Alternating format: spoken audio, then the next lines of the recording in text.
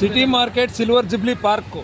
ಒಂದು ಕಾಲದಲ್ಲಿ silver jubilee park ಅಂದರೆ ಬೆಂಗಳೂರು ನಗರವನ್ನು ಮೆಚ್ಚಿಸುವಂಥ ಈ ಸಿಲ್ವರ್ ಜುಬ್ಲಿ ಪಾರ್ಕು ಇವತ್ತು ಇದ್ರ ಪರಿಸ್ಥಿತಿ ನೋಡಿ ಹೇಗಾಗಿದೆ. ಎಲ್ಲ ಉಚ್ಚ ವಾಸನೆ. ಪಬ್ಲಿಕ್ಸು ಈ ಸಿಲ್ವರ್ ಜುಬ್ಲಿ ಪಾರ್ಕು ಅಂತ ನೆಮ್ಮದಿಯಿಂದ ಓಡಾಡೋದಕ್ಕೂ ಆಗಲ್ಲ ಇಲ್ಲಿ. ಅಂಥ ಒಂದು ಗಲೀಜು. ಫುಟ್ಪಾತ್ ನೋಡಿ, ಜನಸಂದಣಿಗೆ ಫುಟ್ಪಾತ್ ಇರೋದು.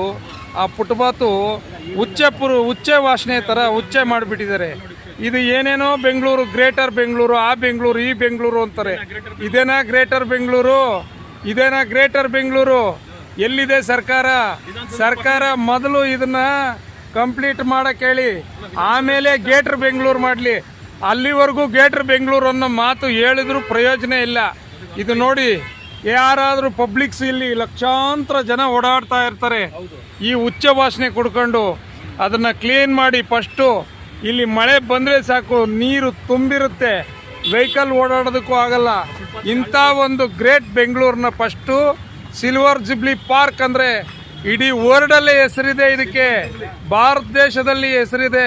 ಸಿಲ್ವರ್ ಜುಬ್ಲಿ ಪಾರ್ಕ್ ಬೆಂಗಳೂರು ಅಂದರೆ ಅದಕ್ಕೆ ಒಂದು ಹೆಸರಾಂತ ಒಂದು ಲಕ್ಸರಿನೇ ಇದೆ, ಲೆಡ್ಜರೇ ಇದೆ. ಅದಕ್ಕೆ ಹೆಸರಾಂತ ಲೆಡ್ಜರು.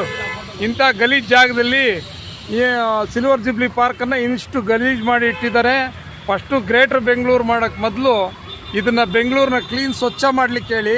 ಮತ್ತು ಹಳ್ಳಗಳು ತುಂಬ ರೋಡಲ್ಲಿ ಬರೀ ಹಳ್ಳಗಳಿದೆ. ಫುಟ್ಪಾತುಗಳನ್ನು ಬಿಡಿಸಿ. ಫಸ್ಟು ಎಲ್ಲ ಫುಟ್ಪಾತುಗಳಲ್ಲಿ ಬಿಸ್ನೆಸ್ ಮ್ಯಾನರ್ಸು ಎಲ್ಲ ಅವರವರ ಸಾಮಾನುಗಳು ಫುಟ್ಪಾತ್ಗೆ ಇಟ್ಕೊಂಡಿದ್ದಾರೆ. ದಯವಿಟ್ಟು ಅದನ್ನು ಖಾಲಿ ಮಾಡಿಸಿ. ಇದನ್ನು ಆಮೇಲೆ ಗ್ರೇಟರ್ ಬೆಂಗಳೂರು ಮಾಡಿ.